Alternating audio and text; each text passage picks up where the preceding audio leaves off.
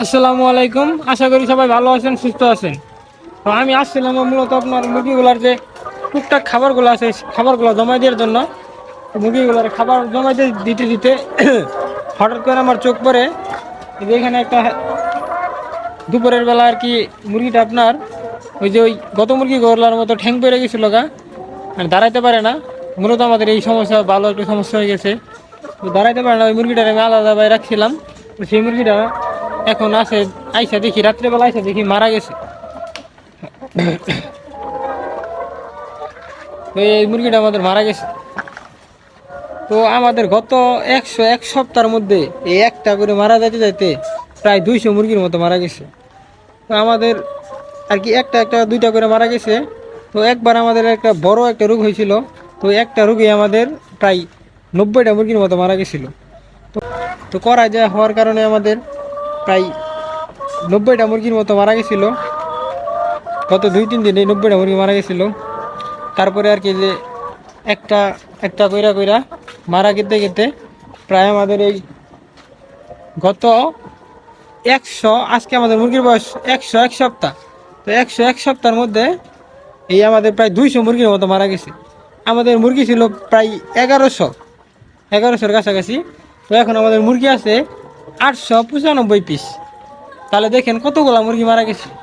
তো মূলত মুরগি মারা গেছে সেটা বড় কথা না, বড় কথা হইলো আমাদের মুরগিগুলো এখনও মানে আছে, ডিম পারতেছে। তো ওই মারা যায় ওইদিকে যে লস হয়েছে, এদিকে মুরগিগুলা থাকাতে মানে ডিম পাড়াতে আমরা লাভ হয়ে গেছে।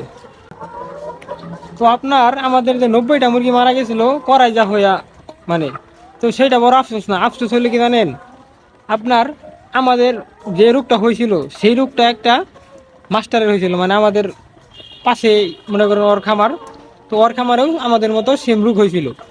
তো আমার মালিক আর ওই খামারের মালিক দুইজনে আপনার ডাক্তার ওইখানে গেছিল। ডাক্তার ওইখানে যাওয়ার পরে আপনার ডাক্তারের প্রেসক্রিপশন লিখে দিছে, ওষুধ লিখে দিছে। তো আমার মালিকে 20,000 টাকার ওষুধ কিনে নিয়েছিল, ঠিক আছে। আর ওনার কাছে টাকা ছিল না, উনি আপনার ওষুধ কিনতে পারে নাই। তো উনি মনে করেন ওষুধ কিনে খাওয়ায় নাই, তারপরেও তার একটা মুরগি মারা যায় নাই। আর আমরা 20,000 টাকার ওষুধ খাইছিলাম, তারপরেও আমাদের 3 দিনে 90টা মুরগি মারা গেছে। তো সবই হইলো কপাল, তো কিছু করার নাই। তো কপাল, সব কিছু হইলো কপাল। তো আপনার মুরগিগুলো যদি শেষ পর্যন্ত ডিম পারে তাহলে আপনার ওই লাভ লস আর কি, লসটা যে 2-1টা মুরগি মারা যায়, 1-200 মুরগি মারা যায় সেটা বড় কথা না, ওই আর কি আপনার পুষায় জায়গা। তো যাই হোক, আমাদের খামারে এখন 1100 মুরগি থেকে এখন মুরগি আছে 895 পিস। তো সেটা বড় কথা না, মুরগিগুলো যে শেষ পর্যন্ত আসে ডিম পারতেছে মুরগি, মানে সেইটাই হলো বড় কথা। তো আমাদের মনে করেন লস নাই, ভালোই আমার মালিকের ভালো ইনকাম হয়েছে। যা হয়েছে মনে করেন যে খরচ হয়েছিল তার চেয়ে বেশি ইনকাম হয়েছে। তো সবাই ভালো থাকবেন, সুস্থ থাকবেন। টাটা, বাই বাই, আল্লাহ হাফেজ।